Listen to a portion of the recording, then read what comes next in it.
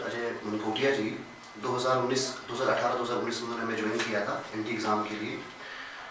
तो 2018 से लेकर लगातार एक साल तक हमारे साथ रहे, तैयारियाँ करते रहे एनटी एग्ज़ाम की। पर बीच में 2018 से पहले एक बार एनटी का एग्ज़ाम हुआ, लेकिन उसके बाद एग्ज़ाम ही नहीं हुआ और फिर वो तो बीच में एग्ज़ाम हो नहीं पाया। लेकिन बीच में अजय जी ने दूसरे भी और एग्ज़ाम में अपील हुए, एग्ज़ाम दिए और अभी इनका फाइनली सिलेक्शन हुआ है अकाउंट्स एंड फाइनेंस ऑफिसर के रूप में। और फाइनली इनका जो ड्रीम था एक ऑफिसर बनने का वो पूरा हो गया। जैसा जब अजय जी ने ज्वाइन किया था तो इनको मैंने बताया था कि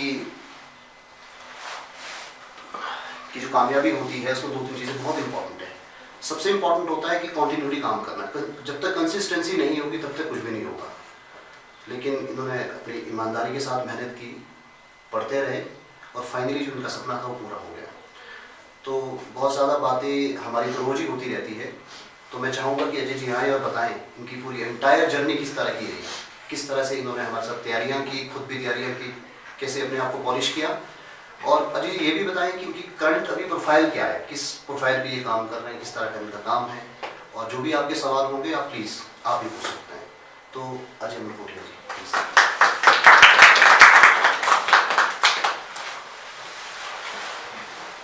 Thank you so much, sir, for inviting me and providing me an opportunity to discuss with you guys. सबसे पहले मैं अपनी एक स्मॉल सी इंट्रोडक्शन देता हूँ कि मेरा बैकग्राउंड क्या है। बेसिकली मैं I am a finance professional. I have done MBA and around 5 years experience in banking. I have worked with Axis Bank. And then after that, I moved from Delhi to Shimla, and I joined Career Point in 2018.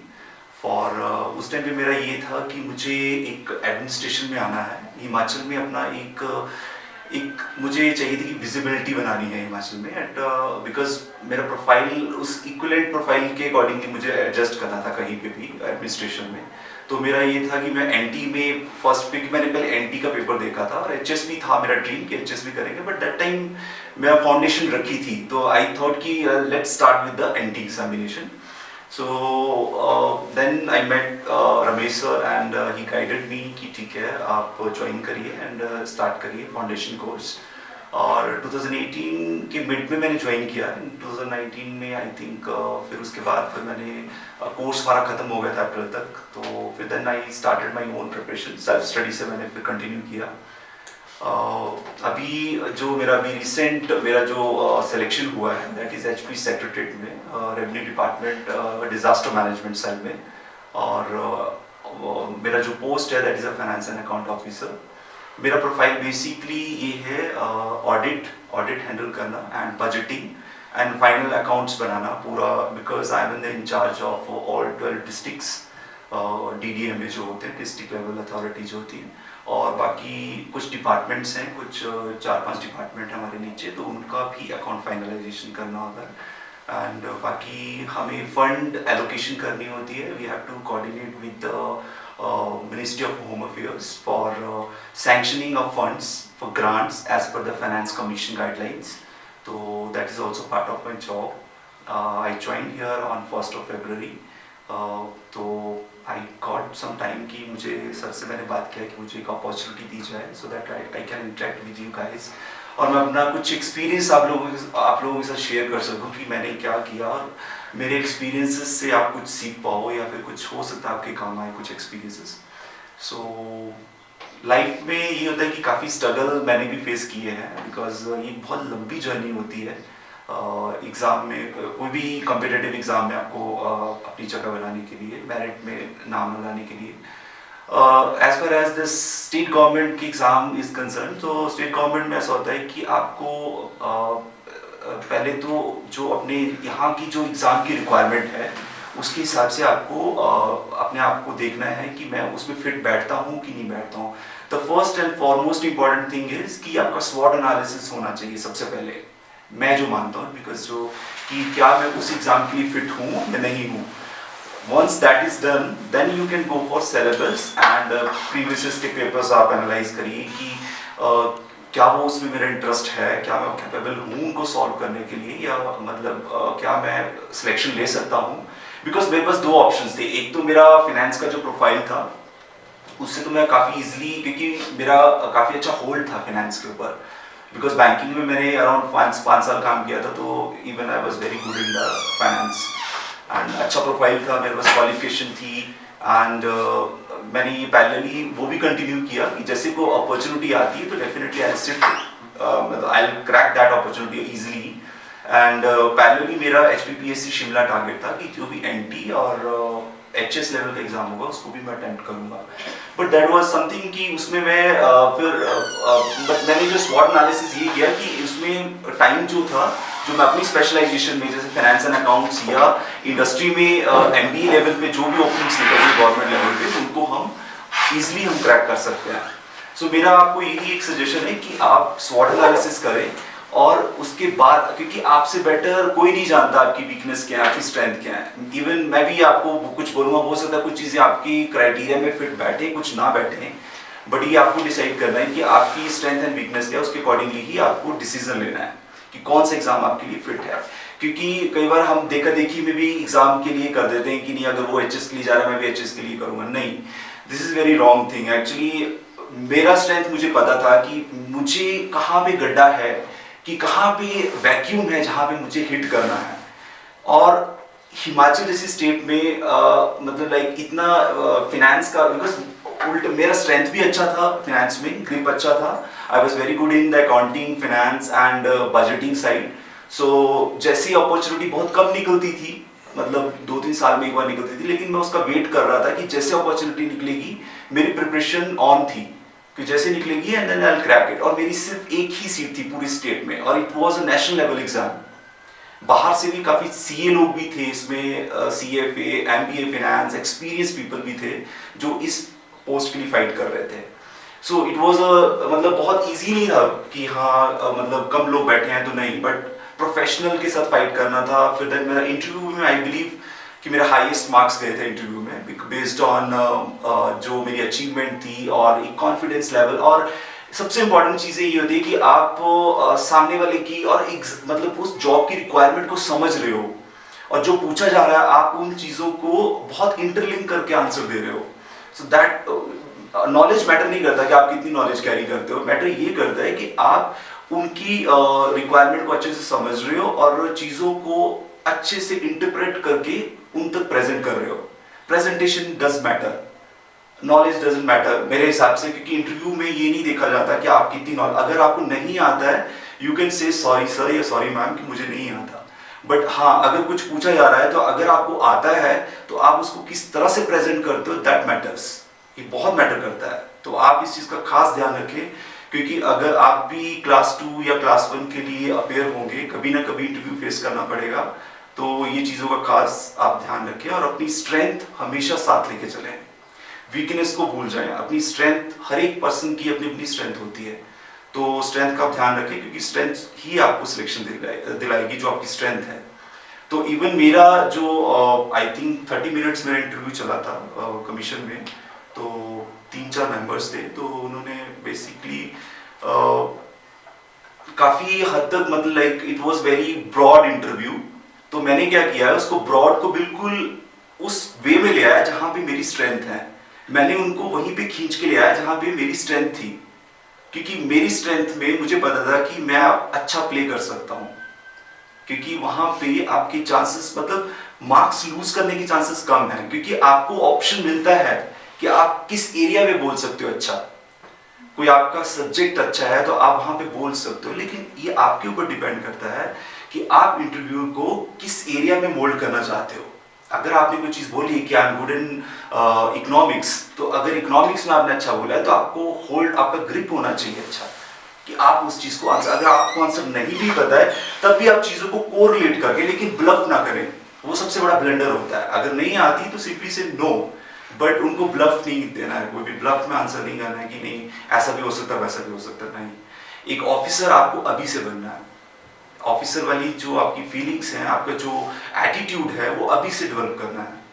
ये आपको कोई नहीं सिखाएगा, कोई भी कहीं books में नहीं लिखा होगा, ना आपको कोचिंग में ये चीज़ बताई जाएगी, ये आपको खुद से डेवलप करना है। मैंने अपना पूरे करियर का each and every day so इस चक्रव्यूह में कूदने से पहले आपको दो चीज़ों का ध्यान बहुत रखना है कि एक तो आपको सेक्रीफाइस एंड डिसिप्लिन, ये दोनों चीज़ें बहुत इंपॉर्टेंट है। बिना सेक्रीफाइस बिना डिसिप्लिन के आप कोई भी एग्जाम क्रैक नहीं कर सकते, क्योंकि मैं मानता हूँ these are the important pillars. Time management also, ये भी खास ध्यान रखना टाइम मैनेजमेंट का। और don't focus on motivation, focus on routine schedule पे, फोकस ऑन कंसिस्टेंसी, आप कंसिस्टेंट हो कि नहीं हो, ठीक है। अपना टाइम मैनेजमेंट, डिसिप्लिन, इन चीज़ों पे आपको ध्यान देना ज़्यादा। और सबसे इम्पॉर्टेंट चीज़ कि आपको सोशल मीडिया से स्टे अवे करना है। एंड सैक्रिफाइस, जो मैंने पहले भी आपको बोला है कि sacrifice the biggest thing.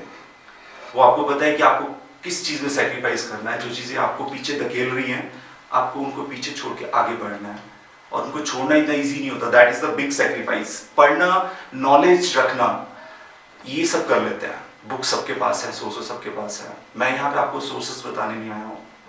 At least जो चीज़ें मैंने अपनी लाइफ में फेस की है, मैं वो चीज़ें आपसे शेयर करना चाहता हूँ, क्योंकि बहुत ही टफ कंपटीशन है, बहुत टफ कंपटीशन है। तो आपको खुद से पहले डेवलप करो, खुद को इतना डेवलप कर लो कि वो चीज़ें आपको तंग ना कर पाए, क्योंकि टाइम बहुत लिमिटेड है आप लोगों के पास। और मतलब आपको अपने आप को ग्रूम करने के लिए टाइम उतना नहीं है जितना कि एटलीस्ट होना चाहिए, क्योंकि मैं मानता हूँ कि अपॉर्चुनिटी कब आएगी आपको पता नहीं है। तो आपको उससे पहले खुद को प्रिपेयर करना पड़ेगा। सो ये जो मैं अभी चीज़ें बता रहा हूँ, these are the tools.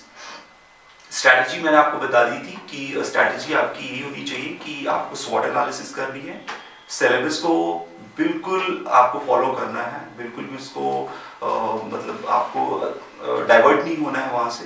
And past papers पे ध्यान देना है आपको। पास्ट पेपर्स ही आपको रियल इंसाइट बताएंगे कि क्या करना है क्या नहीं करना है। और एक और चीज़, इंपॉर्टेंट चीज़, कि आपको कंसोलिडेशन पे ध्यान दें, बिकॉज इतना सारा सिलेबस है, इतनी सारी चीज़ें हैं यूट्यूब पे, यहाँ वहाँ। आपको आई थिंक सबको ही पता होगा कि क्या पढ़ना है क्या नहीं पढ़ना, तो उसमें मैं कुछ नया नहीं बता सकता। तो आपको कंसोलिडेशन, अपनी नोट्स मेकिंग बहुत अच्छे करना है, मल्टीपल टाइम रिवीजन करना है आपको।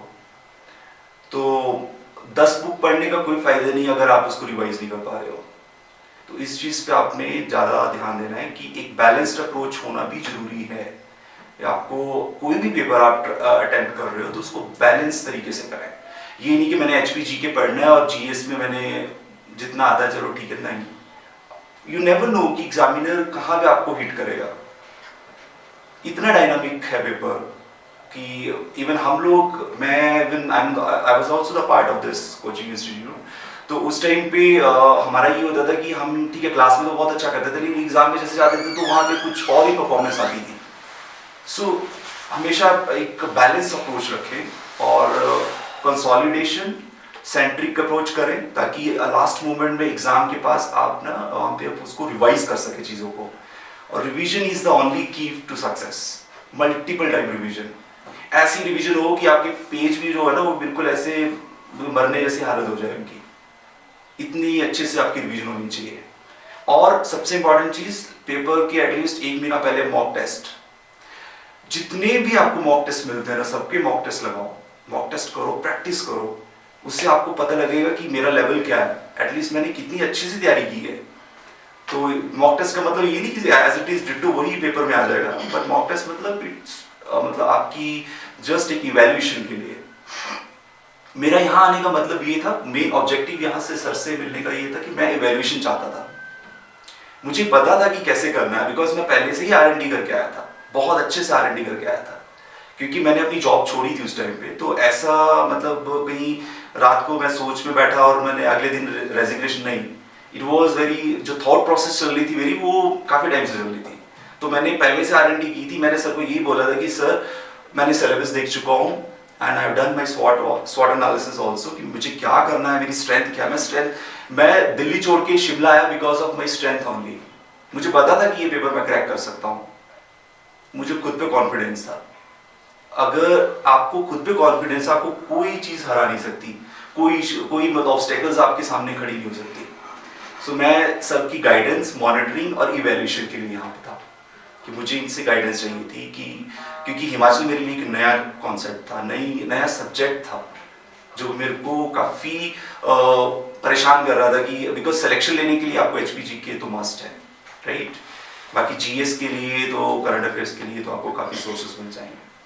तो that was my main reason. और एक चीज़ मैं और आपसे शेयर करना चाहता हूँ coming to that point of अपना, हाँ यस, जस्ट एक टिप्स मान लो कि आपको ना एक चीज़ जो मैंने इवन फेस की है कि आपने मल्टी एग्जाम्स पे फोकस नहीं करना है, आपको एक सिंगल एग्जाम पे फोकस करना, मतलब एक कॉमन सिलेबस। अगर आपने जीएस ओरिएंटेड एग्जाम्स की तैयारी करनी है तो आप उन्हीं एग्जाम को टारगेट करें, आप इधर उधर ना भटकें कि हाँ कल को जैसे सपोज कर लो, बिकॉज एचपीपीएससी और हमीरपुर बोर्ड वो दोनों के जो अप्रोच है वो द डिफरेंट। मैंने काफ़ी लोगों को देखा है कि अगर कोई एचएस की तैयारी कर रहा है वो हमीरपुर के पेपर भी बैठ रहा है, क्योंकि दोनों डिफरेंट है, अप्रोच इज डिफरेंट। मतलब हो सकता है कुछ उनकी अपनी फाइनेंशियल प्रॉब्लम या सोच रहे हो कि हाँ जॉब ले लेनी, लेकिन both things are very different. तो वो हमारी एक्चुअली प्रोडक्टिविटी, हमारी एफिशिएंसी को डाउन करती है चीज़ें।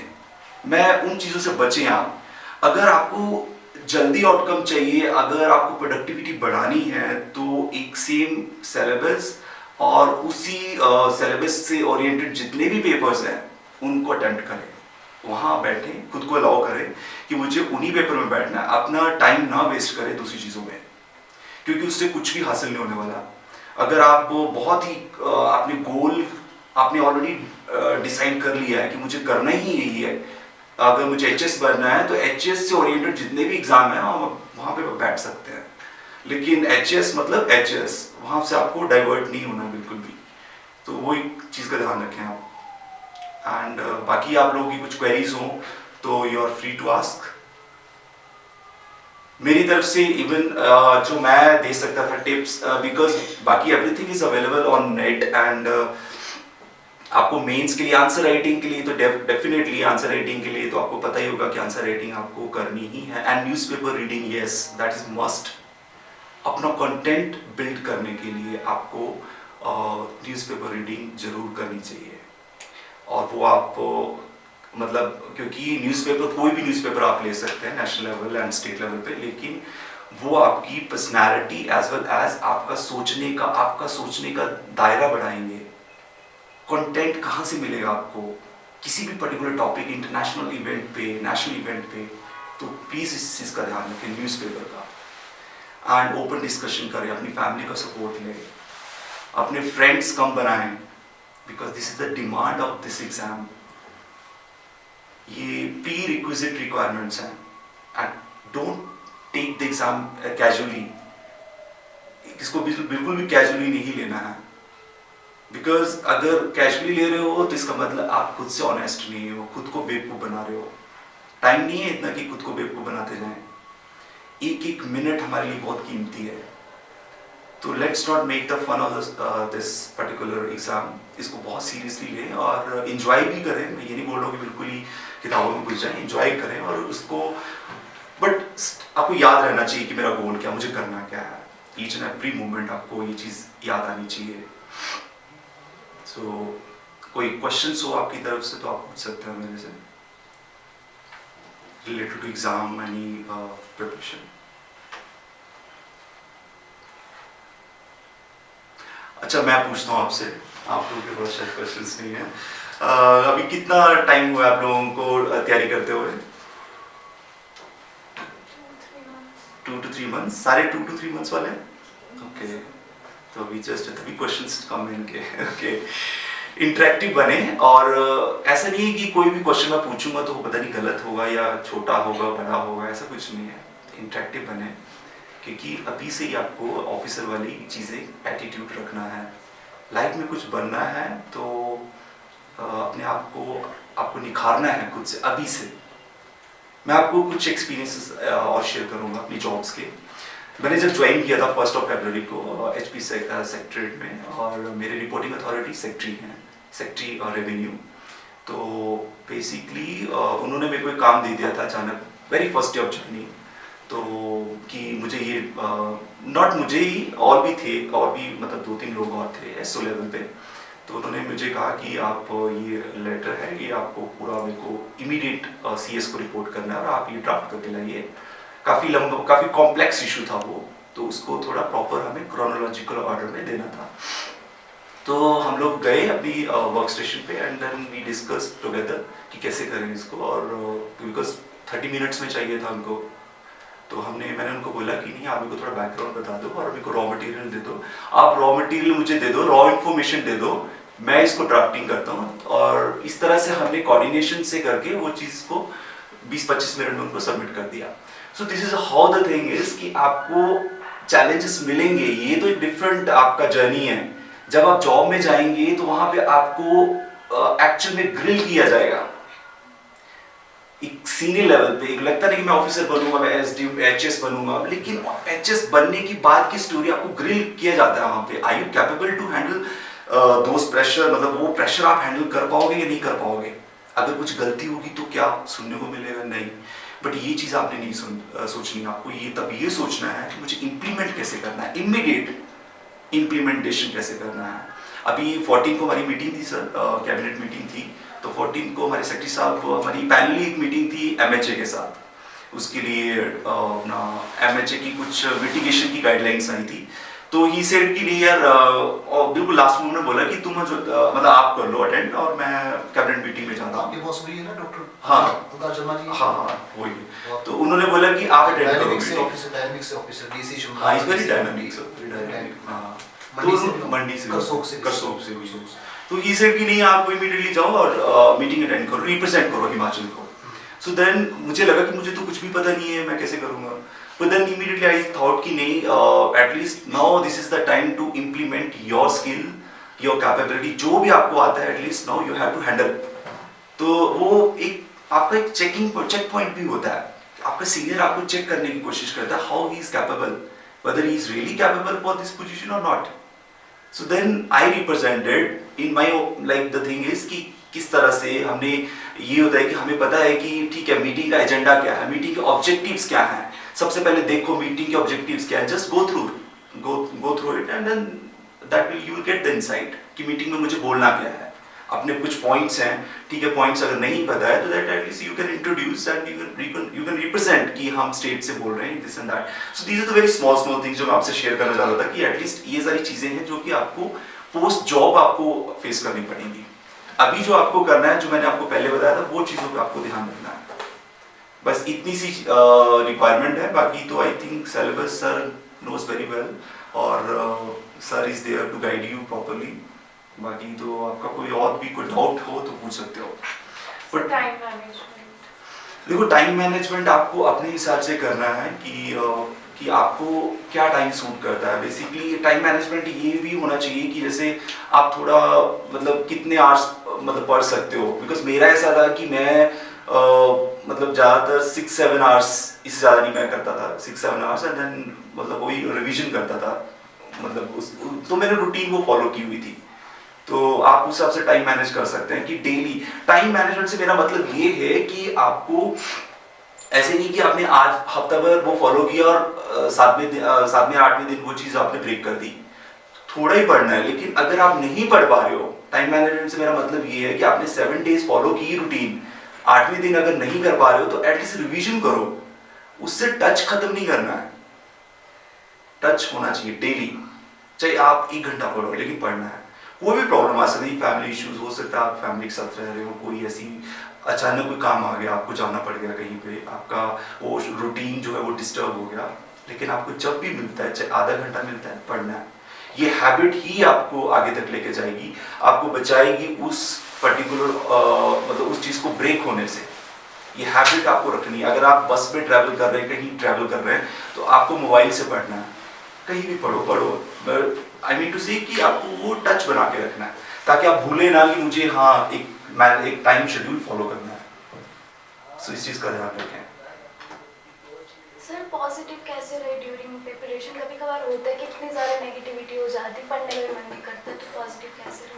देखो पॉजिटिव तो मैं ये बोलता हूँ कि पॉजिटिव आप पॉजिटिव आप यही आपको करना पड़ेगा कि पॉजिटिव रहने के लिए आपको ज़्यादा मैं जब बिल्कुल डाउन फील करता था तो I take the support of family के साथ मैं ज़्यादा इंटरेक्ट करता था, फैमिली के साथ रहता था, या फिर इवन कई बार ऐसा हो जाता था कि मैं अपना कि मेरा ये पॉजिटिव रहने का यही था कि अगर आपको लगता है कि मैं बहुत डाउन फील कर रहा हूँ तो इमीडिएटली आप ब्रेक दे दें, पढ़े ना कोई भी चीज़, क्योंकि वो चीज़ फिर आपको अननेसेसरी आप बिल्कुल डाउन फील कर रहे हो या बहुत डिमोटिवेट फील कर रहे हो तो ब्रेक लें फिर थोड़ी देर के लिए, 1 दिन के लिए, 2 दिन के लिए, कोई बात नहीं, लेकिन जब तक आप रिस्टोर नहीं करते, बहुत सारे तरीके हैं पॉजिटिव होने के। कोई योगा करते हैं, कोई मेडिटेशन करते हैं, कोई अगर आपको कोई ऐसे आपको लगता है कि मेरे फ्रेंड्स जिसको मैं आइडियल मानता हूँ उनसे बात करो, या मेरे लिए तो फैमिली थी क्योंकि मैं फैमिली से इंटरेक्ट करता था और मैं सब चीज़ें वो भूल जाता था, तो फिर वापस रिस्टोर करता था, फिर से वही रूटीन फॉलो करनी है।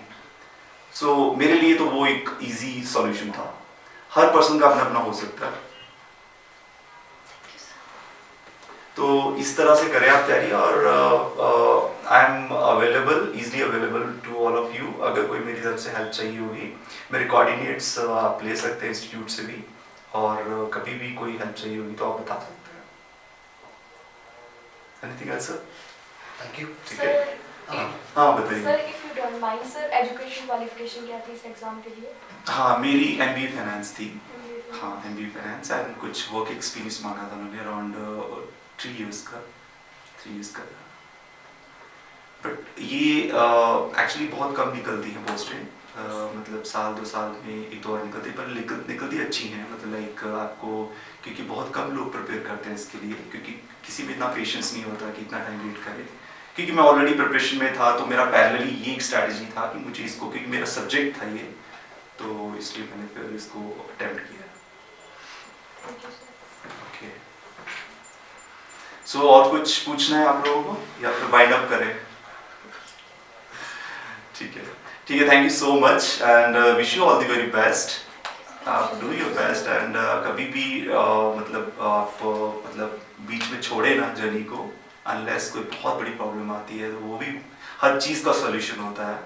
बहुत इसको सोच समझ के करें एग्ज़ाम को, और अगर सोच के आए हैं तो उसको पूरा करके ही जाना है, यू टर्न नहीं लेना बीच में। ठीक है, अगर मतलब इसका मतलब यू टर्न तभी लेते हैं जब हमारा जो डिसीजन में कहीं ना कहीं कोई प्रॉब्लम होती है, हम अच्छे से डिसीजन नहीं लिया, इसका मतलब वही होता है कि हम लोग बीच में छोड़ते हैं चीज़ों को, तो इट मीन्स कि हमारी कैपेबिलिटी में कोई इशू था, या फिर हो सकता है कि हमने डिसीजन ही अच्छा, हमने अपनी स्ट्रेंथ को नहीं इवेल्युएट किया properly. Okay, then we'll meet again then. Okay, thank you. Press the bell icon on the YouTube app and never miss another update.